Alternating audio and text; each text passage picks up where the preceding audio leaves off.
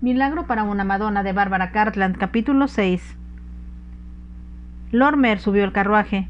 Se mantuvieron conduciendo en dirección a la ciudad por un rato antes de llamar a la ventana de comunicación.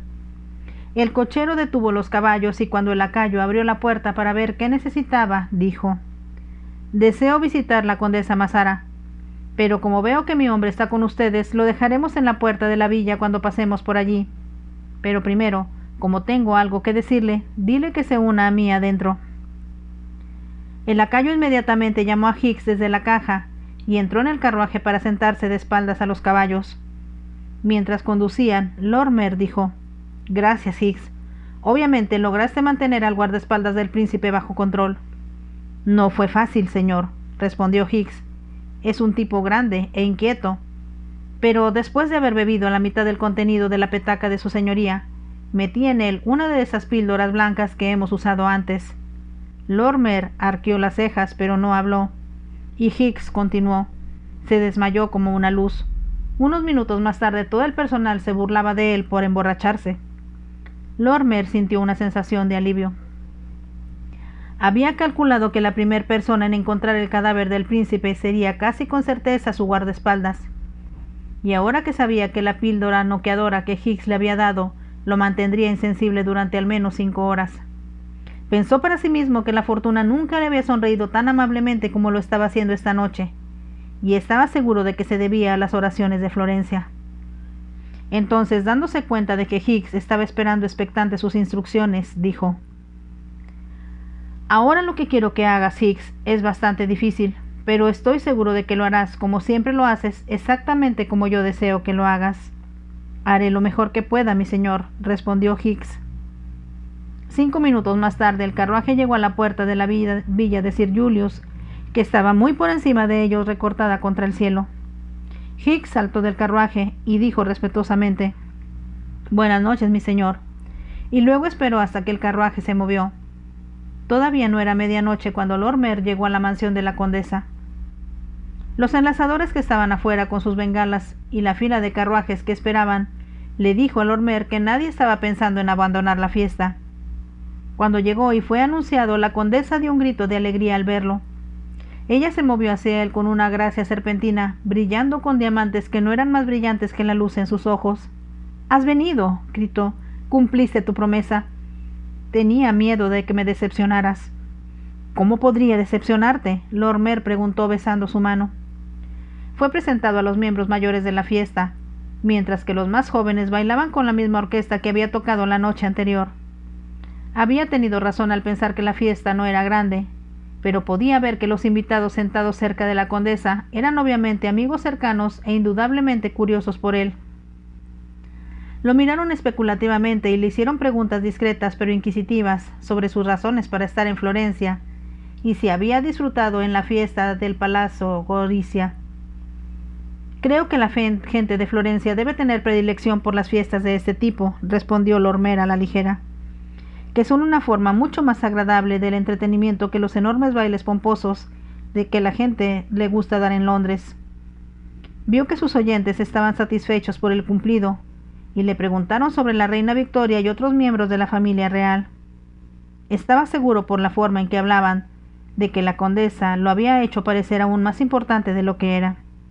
Sin embargo, pensó que encajaba bien con sus planes y respondió con buen humor a todas las preguntas que se le hicieron, al mismo tiempo que hacía bastante obvio que su interés estaba en su anfitriona. Él la persuadió para que bailara con él, y mientras se movían por el piso, ella dijo: «Espero que no tengas prisa por llegar a la villa. Mis amigos no se quedarán hasta tarde y entonces sería encantador poder hablar contigo, a solas». Era bastante obvio lo que quería decir con «a solas», y Lorimer respondió: «Es lo que esperaba que dijeras. Y no hace falta agregar que contaré los minutos hasta que tus encantadores pero innecesarios amigos se vayan». Sintió que ella se acercaba un poco más a él, y una vez más pensó que si no estuviera enamorado de Florencia, él y la condesa podrían haber tenido un romance. Aunque parecía imposible, desde el primer momento había visto la cara de Florencia y sabía que era ella quien lo perseguía en las fotos de Rafael, desde que tuvo la edad suficiente para apreciarlas.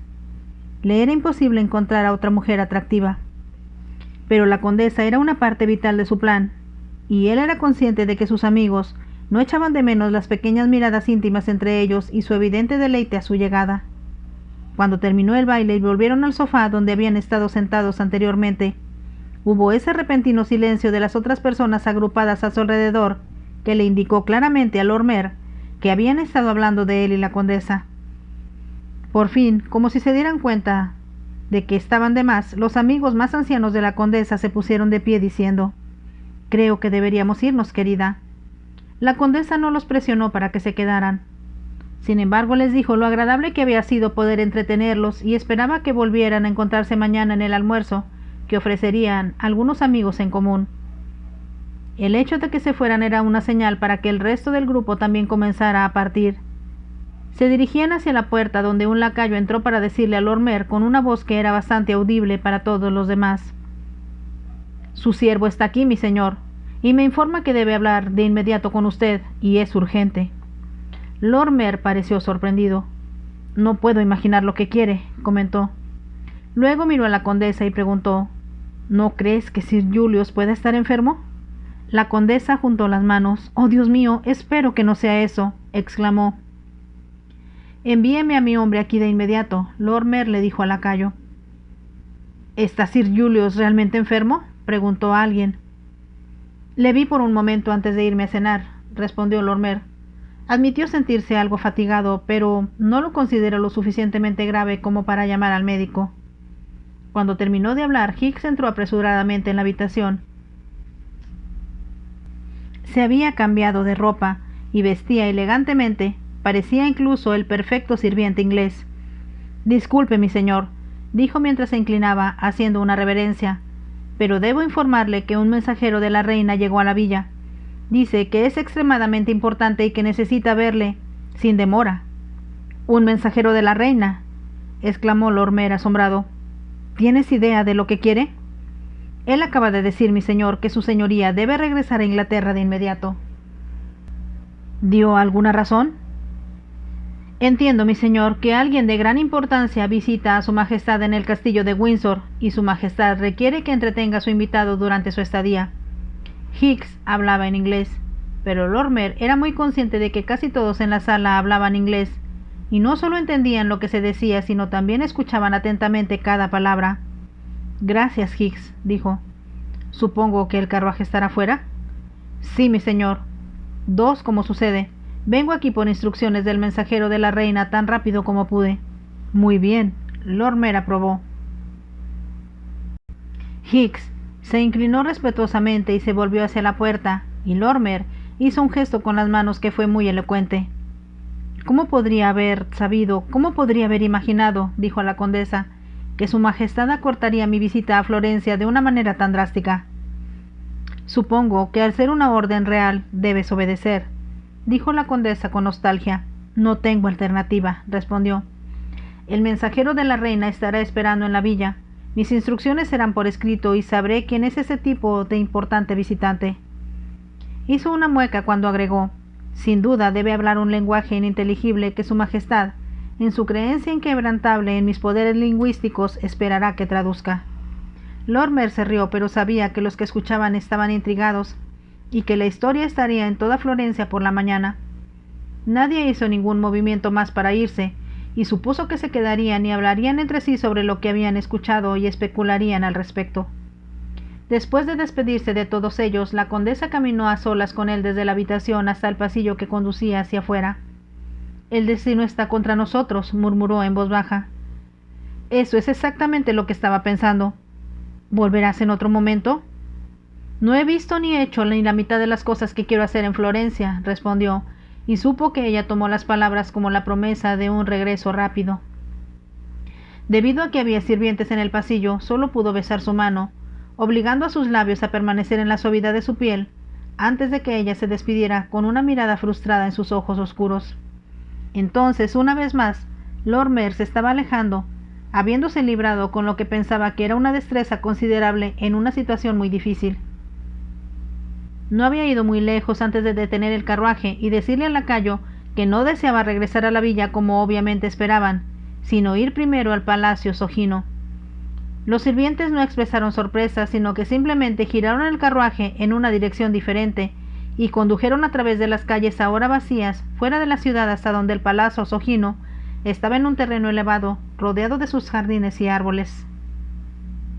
Cuando se acercó, Lorimer encontró su corazón latiendo de emoción, no solo porque había salvado a Florencia, sino también porque la vería. Le resultaba difícil creer que había tenido tanto éxito y que no era una cuestión de frustrarse y tener que inquietarse de nuevo. La película y las impresiones estaban en el bolsillo de su abrigo, y Vincent estaba muerto. Razonó que, dado que el guardaespaldas del príncipe estaba fuera del camino, y el jardín de la torre oeste estaba en el extremo opuesto de la casa de las habitaciones ocupadas por su padre, podría ser de mañana antes de que se descubriera su cuerpo. Obviamente habría una gran consternación, pero era poco probable que se sospechara inmediatamente que había sido asesinado por otro hombre.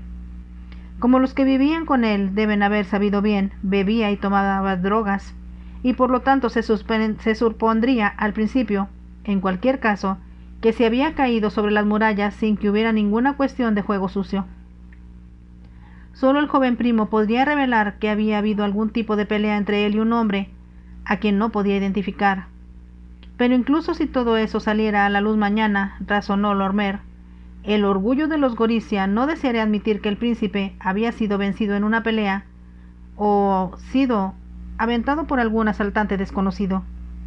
Sería mucho más digno que se anunciara que había muerto de un ataque al corazón, o tal vez después de un accidente que lo había dejado inconsciente en el aire nocturno como resultado de lo cual había desarrollado una neumonía. Era muy consciente de que los aristócratas florentinos estaban tan orgullosos que sería imperativo para ellos ocultar al mundo cualquier cosa que menospreciara a uno de ellos de alguna manera.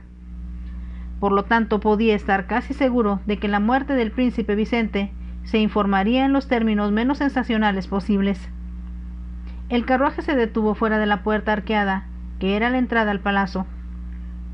Cuando el lacayo golpeó la puerta, fue abierta por un sirviente sorprendido, obviamente un joven que no había estado a menudo en servicio nocturno y no estaba muy seguro de qué hacer con los visitantes que llegaban a una hora tan tardía. Lorimer saltó del carruaje tan pronto como se abrió la puerta y dijo: «Tengo que ver a Su Alteza la princesa Florencia de inmediato.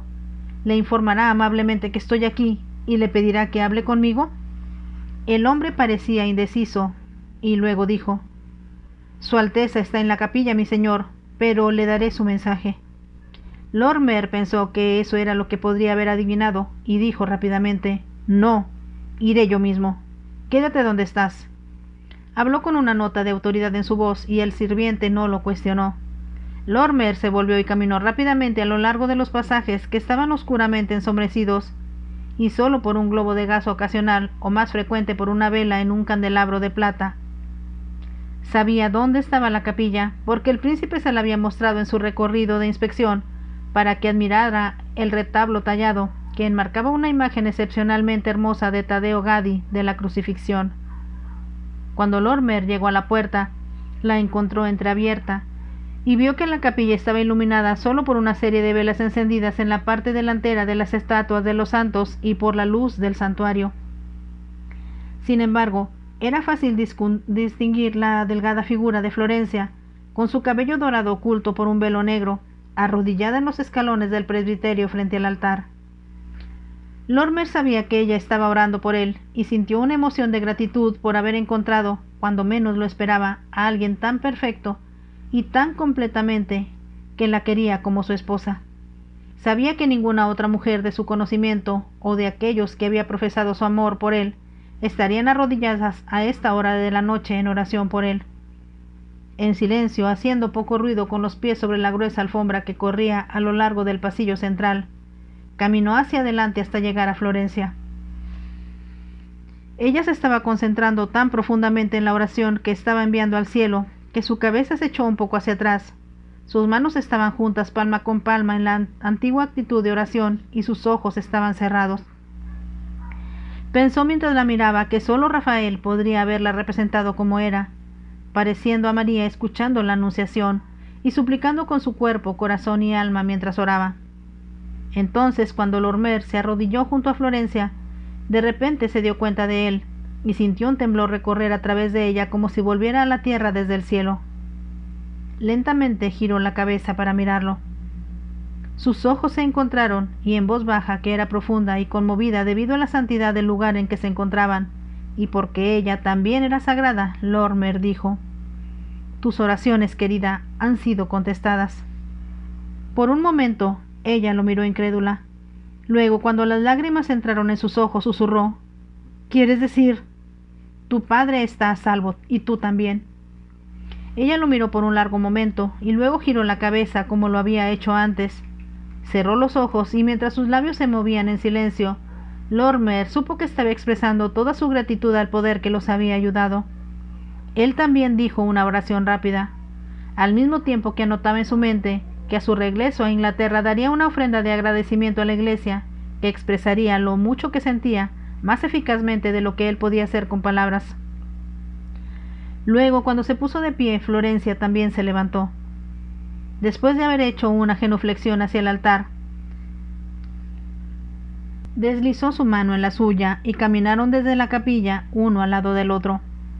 Había una sala de estar frente a la capilla que también contenía algunas bellas imágenes, y cuando Florencia abrió la puerta, Lorimer vio que estaba encendida solo por un fuego que todavía estaba encendido en la enorme chimenea. Supuso que era donde la familia había estado sentada más temprano en la noche, pero por el momento, todo lo que le preocupaba era Florencia. Mientras él la abrazaba, ella se derritió contra él, diciendo con una pequeña voz vacilante: «¿Es verdad? ¿Es realmente cierto que has salvado a papá?» «Los he salvado a los dos». Entonces sus labios estaban en los de ella y la besó apasionada y exigentemente, hasta que sintió como si ambos estuvieran en un cielo despejado y no hubiera más problemas en ninguna parte para asustarlos. Solo cuando levantó la cabeza, Florencia susurró: «No puedo creerlo. ¿Estás seguro, completamente seguro, que Vicente no nos exigirá más?» Lorimer respiró sin aliento. Luego, sabiendo que todavía había mucho por hacer antes que estuvieran completamente fuera de peligro, dijo: «Debo hablar con tu padre, mi amor, y como hay muy poco tiempo para todo lo que hay que hacer, creo que debes llevarme a él ahora, aunque quiero quedarme aquí besándote por el resto de esta noche». Sintió un pequeño temblor atravesarla ante sus palabras y la atrajo contra él diciendo: «Te amo, Dios mío, cómo te amo, pero todavía hay cosas que hacer, y por difícil que sea, no debo besarte de nuevo hasta que sepas cuáles son mis planes». Ella sabía que él estaba hablando en serio, y le encantó la forma en que ella aceptó lo que había dicho sin discusión. En cambio, ella extendió su mano para sacarlo de la habitación, diciendo mientras lo hacía: «Papá se ha ido a la cama, pero debido a que está tan preocupado, sospecho que estará sentado frente al fuego como lo hace todas las noches, porque le resulta imposible dormir». Lorimer no respondió. Simplemente dejó que Florencia lo guiara por los pasillos sombríos y subiera una escalera que conducía, él sabía, a los apartamentos privados de la familia. Se detuvieron frente a una impresionante puerta, a la que Florencia llamó suavemente, y cuando no hubo respuesta la abrió. Entró en una habitación grande con una enorme cama con dosel en el otro extremo, que Lorimer vio a simple vista que estaba desocupada. Sentado en un sillón de respaldo alto frente al fuego moribundo estaba el príncipe, y aunque había un periódico en sus rodillas, en realidad estaba dormido. Florencia se acercó a él, e incluso antes de que ella lo alcanzara y le hablara, la cabeza del príncipe se levantó con un tirón y dijo: «Estaba dormitando. ¿Qué quieres, querida?» «Lorimer está aquí, papá, y tiene algo que decirte». El príncipe se sentó erguido, y Lorimer siguió a Florencia a través de la habitación. Vio que el príncipe llevaba una pesada túnica de terciopelo sobre su camisón de seda, y aún vestido como estaba, parecía muy distinguido. Sin embargo, había líneas oscuras de ansiedad y desesperanza alrededor de sus ojos, y la mano que le tendió a Lorimer tembló. «Perdóneme si no me levanto para saludarlo, mi señor», dijo cortésmente.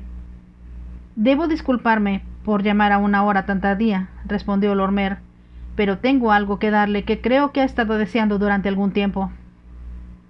Mientras hablaba, sacó del bolsillo de su abrigo las impresiones y la película que había tomado de la caja fuerte de la habitación de Vicente. Se los entregó al príncipe, quien los miró incrédulo, y Florencia, dando un pequeño grito, se arrodilló junto a su padre. Luego miró a Lormer y él vio lágrimas que corrían por sus mejillas. ¿Cómo puedes haber hecho algo tan increíble, tan maravilloso? Y luego traernos esto, gritó.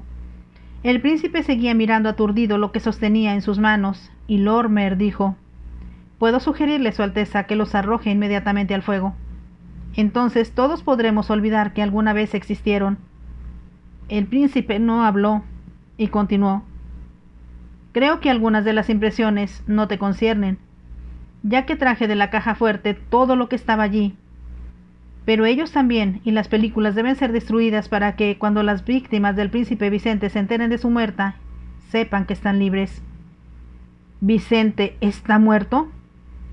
El príncipe habló por primera vez desde que Lormer le había dado las impresiones, y las palabras parecían sonar casi como un disparo de pistola. «Está muerto», dijo Lormer. «Creo que hay muchas probabilidades de que su muerte no se descubra hasta mucho más tarde en la noche, o tal vez no hasta mañana por la mañana». Hizo una pausa antes de agregar: «Quiero que Su Alteza entienda que, dadas las circunstancias, sería mucho mejor desde el punto de vista de Florencia si cuando se rompa la noticia ya se haya ido de Florencia». El príncipe respiró sin aliento, pero su voz era bastante tranquila y firme cuando preguntó: «¿A dónde quiere que vayamos?». «Quiero que despierte a la familia y les informe que ha recibido noticias de que un pariente cercano, o tal vez un amigo muy querido de la familia, está gravemente enfermo en París», respondió Lormer. «Entonces usted y Florencia, si lo desean, y si lo desean el príncipe Antonio, partirán en el primer tren hacia Francia». «¿Y cuando lleguemos a París?». Lormer sonrió. «Cuando lo hagan. Deseo que no se queden allí, sino que vayan inmediatamente a Inglaterra, donde me gustaría que fueran mis invitados en mi casa de Oxfordshire». Miró a Florencia mientras decía: «Es allí donde Florencia y yo podemos casarnos tranquilamente, y más tarde, cuando toda la emoción y la charla que habrá sobre la muerte del príncipe Vicente se haya calmado, nuestro matrimonio podrá ser anunciado al mundo». Con una mirada de sorpresa en su rostro, el príncipe escuchó lo que Lormer tenía que decir. Luego se volvió hacia Florencia para preguntarle: «¿Es esto lo que quieres, querida?». «Oh, sí, papá, lo amo. Y ahora que Vicente está muerto, no hay razón para que yo no lo diga». El príncipe no respondió. Simplemente se puso de pie y, tomando las impresiones y las películas de Lormer, las arrojó al fuego. En el momento en que tocaron las brasas moribundas, el celuloide estalló en llamas, y la luz iluminó toda la habitación. Los ojos de Lormer estaban puestos en Florencia, y cuando la levantó para ponerse de pie, ella se volvió y escondió su rostro contra su hombro. «Todo ha terminado», dijo en voz baja. «Y ahora debo volver a dejarte y volver a la villa. Saldré inmediatamente en el primer tren disponible, antes que el suyo si es posible, porque sería un error, como comprenderán, que viajemos juntos». Él la miró y luego continuó: «Sin embargo, te estaré esperando en París, y desde allí nos dirigiremos a Inglaterra, donde lo más rápido posible te convertirás en mi esposa». Sintió que su cuerpo temblaba con la que sabía que era emoción. Entonces, mientras lo miraba, las lágrimas brotaron de sus ojos, y cuando sus mejillas se mojaron con ellas, Lormer pensó que ninguna mujer podría ser más encantadora o más fascinante. Simplemente se miraron, y el príncipe se volvió de donde había estado contemplando las llamas que estaban destruyendo la evidencia falsa en su contra, y dijo: «No sé, mi señor, cómo podré agradecerle». «Puedo responder a eso muy fácilmente», dijo Lormer. «Quiero que Florencia sea mía, y también estaría muy agradecido si, cuando me sigue, trae a Inglaterra consigo el collar florentino. Le causará gran angustia a mi hermana si su esposo se da cuenta de que lo ha perdido». «Solo puedo disculparme», comenzó el príncipe humildemente. «No, por favor», interrumpió Lormer, «no hay necesidad. Entiendo perfectamente las circunstancias, Su Alteza, que hicieron imperativo que su hijo recuperara el collar. Pero ahora, sugiero que antes de irse le indiquen a Giovanni para que haga una copia exacta del collar». «¿Copiarlo?», preguntó el príncipe con voz perpleja. «Cuando lo haya hecho, le daremos la copia a mi hermana, y estoy seguro de que mi cuñado no tendrá la menor idea de que no es el original, mientras que el que significa tanto para su familia puede ser restaurado a su lugar apropiado». El príncipe contuvo su aliento. «No hay palabras para agradecerte por toda tu amabilidad». Le pediré a Florencia que haga eso, dijo Lormer con una sonrisa. Si le permites que me acompañe al carruaje que me espera abajo, mientras haces todos los arreglos necesarios para salir lo más rápido posible, no es necesario que haga hincapié en que debe parecer como si hubieras dejado a Florencia antes de tener idea de que el príncipe Vicente estaba muerto. El príncipe asintió. Sí, por supuesto, haré exactamente lo que dices. Extendió su mano mientras hablaba, y Lormer la estrechó. Luego sacó a Florencia de la habitación, consciente de que el príncipe ya estaba tirando de la cuerda de la campana para llamar a su ayudante. Lormer caminó con Florencia de regreso por el pasillo que conducía a la escalera principal, y justo antes de llegar a ella se detuvo, y tomándola en sus brazos la besó hasta que sus corazones latían violentamente. Ahora sabía que ella le pertenecía por completo. «Yo te amo», Florencia susurró, «te amo, y nadie podría ser más inteligente o más maravilloso». Ella soltó una pequeña risa que fue medio sollozo cuando dijo: «Te dije que ni siquiera San Jorge, San Miguel o todos los ángeles podrían salvarme, pero lo has hecho, y ahora quiero arrodillarme a tus pies en gratitud». «Prefiero tenerte en mis brazos», dijo Lormer, y su voz era profunda de sentimiento. «Te adoro, mi pequeña Madonna, y ahora ya no hay barreras que me impidan decírtelo, y como me llevará toda la vida, cuanto antes nos casemos mejor». «Espero que papá no espere que esperemos», dijo Florencia, «pero nuestros familiares podrían estar conmocionados». «Es por eso que nuestro matrimonio se mantendrá en secreto», dijo Lormer. «Pasaremos mucho tiempo en Inglaterra, y después de que se anuncie la muerte del príncipe Vicente, nadie se sorprenderá particularmente». «Espero que tengas razón», dijo Florencia dubitativa. «Quiero casarme contigo, quiero estar contigo, pero no desearía por tu bien y por el nuestro que haya ningún escándalo». «Déjamelo todo a mí», respondió Lormer. «Nuestra fe y nuestras oraciones, querida, ya nos han traído tanta felicidad que no podía creer que nos fallarían ahora». Él la besó de nuevo. Entonces, como si apenas pudiera soportar separarse, la dejó en la parte superior de las escaleras y corrió hacia donde estaba el lacayo nocturno con la puerta abierta. Subió a su carruaje y mientras conducía de regreso a la villa, estaba planeando exactamente cómo tendría un carro privado conectado al tren de París al Canal de la Mancha, para poder estar con Florencia y el príncipe en la última vuelta de su viaje. Lo importante era que se fuera antes de que lo hicieran, y sabía que para cuando llegara a la villa, Hicks habría tenido todas sus cosas empacadas y habría descubierto a qué hora salía el primer tren. Todo parecía encajar en su lugar como un rompecabezas bastante intrincado, pero que para su total alivio ya no lo desconcertaba.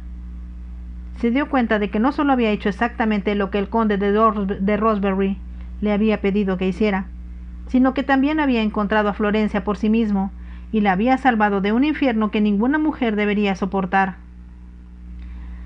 Sabía que era el más afortunado de los hombres y, para su propia sorpresa, se encontró diciendo en voz alta: «Gracias, Dios mío, gracias».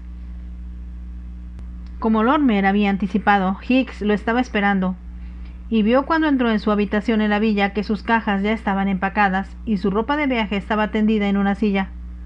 Con una leve sonrisa en los labios comenzó a quitarse el abrigo de noche diciendo: «¿A qué hora nos vamos, Hicks?»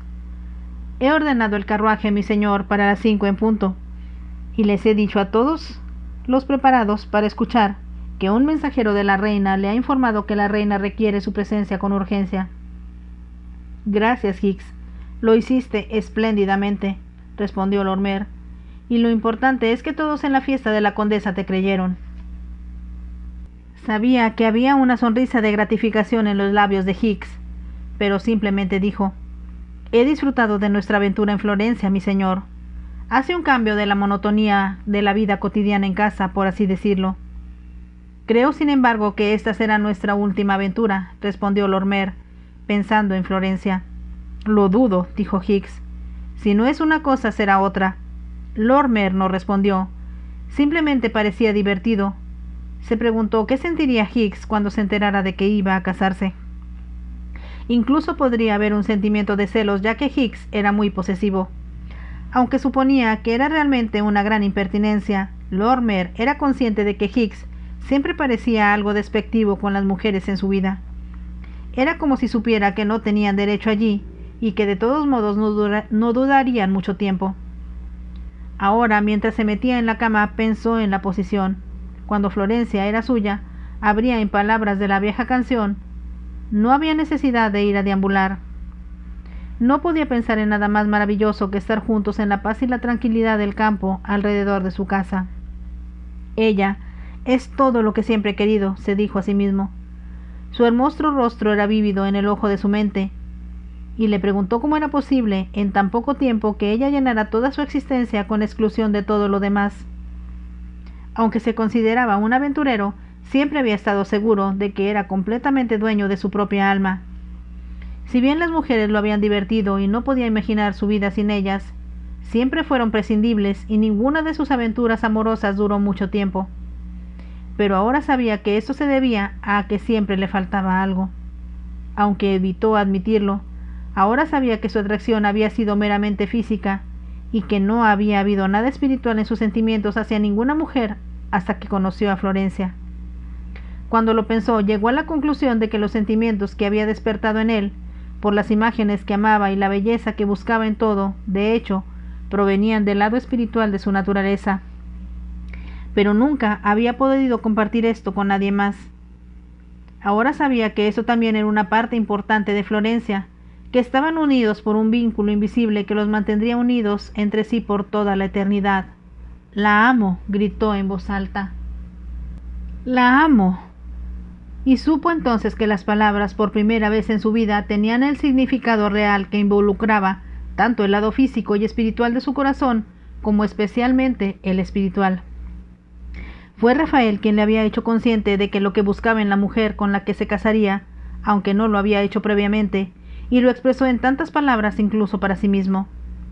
Ahora sabía que solo su deseo de perfección le había impedido aceptar el segundo mejor, porque había estado bastante seguro de que nunca encontraría su ideal. Pero ahora la había encontrado, y en circunstancias extrañas y extraordinarias que incluso habían implicado la muerte de un hombre que merecía morir. No se sentía culpable por Vicente, porque aunque no tenía la intención de hacerlo caer, de hecho, había librado al mundo de un hombre que había herido y arruinado quizás a cientos de personas de una manera u otra. Su muerte también salvó a un gran número de víctimas jóvenes e inocentes de su bestialidad. Debe ser olvidado, decidió Lormer. Esperaba que ella, una vez que estuviera lejos de Florencia, olvidaría el horror de lo que había vivido, y también su padre. Así como la evidencia falsamente incriminatoria ahora se convirtió en cenizas, así, en los años venideros la maldad y el libertinaje de Vicente se desvanecerían en la oscuridad del pasado, como otros villanos habían desaparecido antes que él. Todo lo que era y todo lo que había hecho eran parte de Florencia, como lo era su belleza y su cultura. Y sin embargo, cuando uno pensaba en la gloriosa ciudad, todo lo que recordaba era lo bueno y no lo malo. Lormer sabía que su tarea era hacer olvidar todo esto a la mujer que amaba. Así como había planeado su cruzada para salvarla del diablo, ahora planeaba cómo la elevaría a un mundo donde el sol no solo llenaba de luz la vida, sino también habría ángeles y, por supuesto, su amor. Fin del capítulo 6 de la novela Milagro para una Madonna de Bárbara Cartland. Ya estamos cerca del final y espero que me dejen su like y verlas en el siguiente capítulo. Bye.